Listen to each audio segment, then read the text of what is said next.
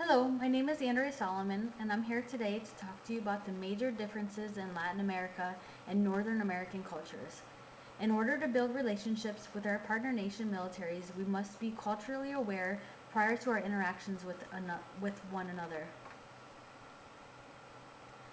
Today we will go over the differences between a high and low context culture, high and low power distances, barriers to overcome when dealing with an intercultural conversation and relationship, business meetings in Latin America, and finally, items to pay attention to while you are in Latin American culture.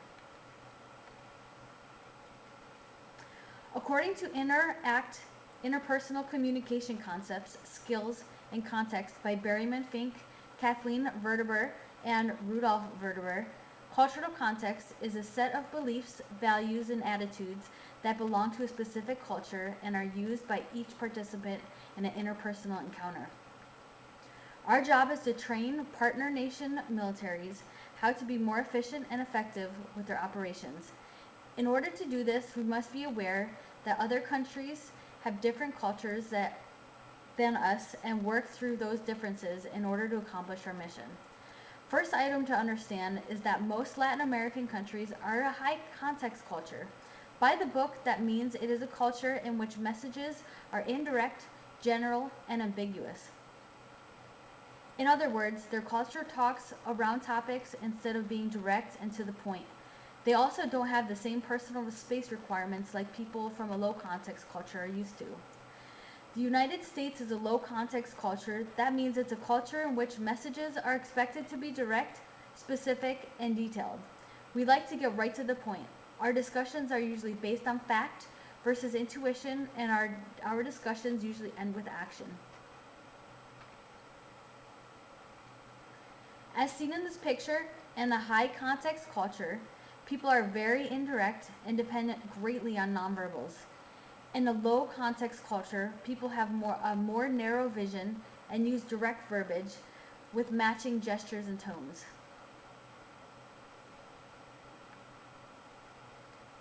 According to the same book, Interpersonal Communication Concepts, Skills, and Context, power distance is the amount of difference in a power between people, institutions, and organizations in a culture. High power distance culture is a culture in which power is distributed unequally. Latin America is a high power distance culture because they are more respectful to people that are in higher social class or positions than themselves. For example, people working in a corporate business will refer to their management and higher ups as senor or senorita. This makes the hierarchy more noticeable. Low power distance culture is a culture in which power is distributed equally. The US is a low power distance culture because everyone feels entitled to power, and we don't generally show as much respect to people that are in higher positions than we are. There are many barriers that can get in the way while communicating in an intercultural environment. Some people are very anxious while having a conversation with someone from another culture. This can get in the way by making the other person think something is wrong with them, and in return, they will get closed off to the conversation. Stereotyping is another common barrier. This is when people assume that everyone from the culture is one way. Another obvious barrier to overcome is language. If you don't already speak Spanish, then you will be assigned an interpreter. Some people may find this a big challenge to overcome when speaking through an interpreter. Make sure to practice prior to your trips to ensure this won't become yet another barrier to overcome.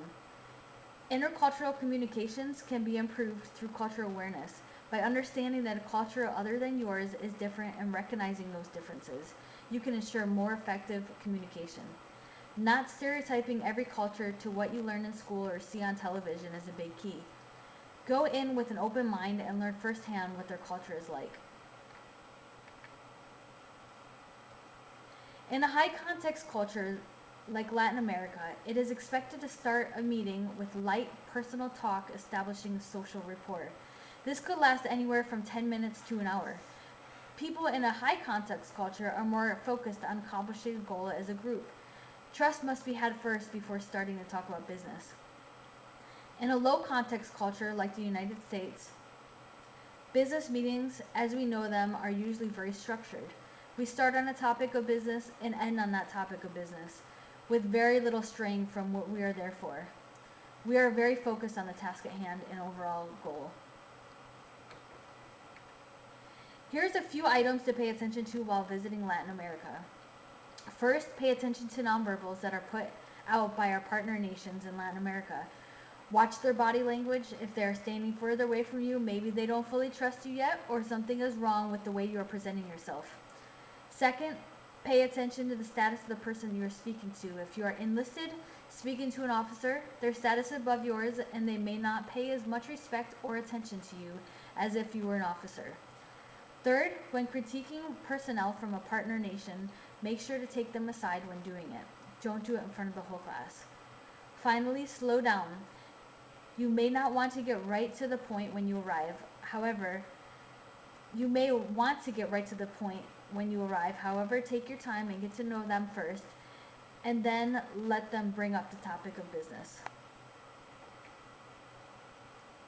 Now, in review, we talked about differences between a high and low context culture, high and low power distances, barriers to overcome when dealing with an intercultural conversation and relationship, business meetings in Latin America, and finally, items to pay attention to while in Latin America.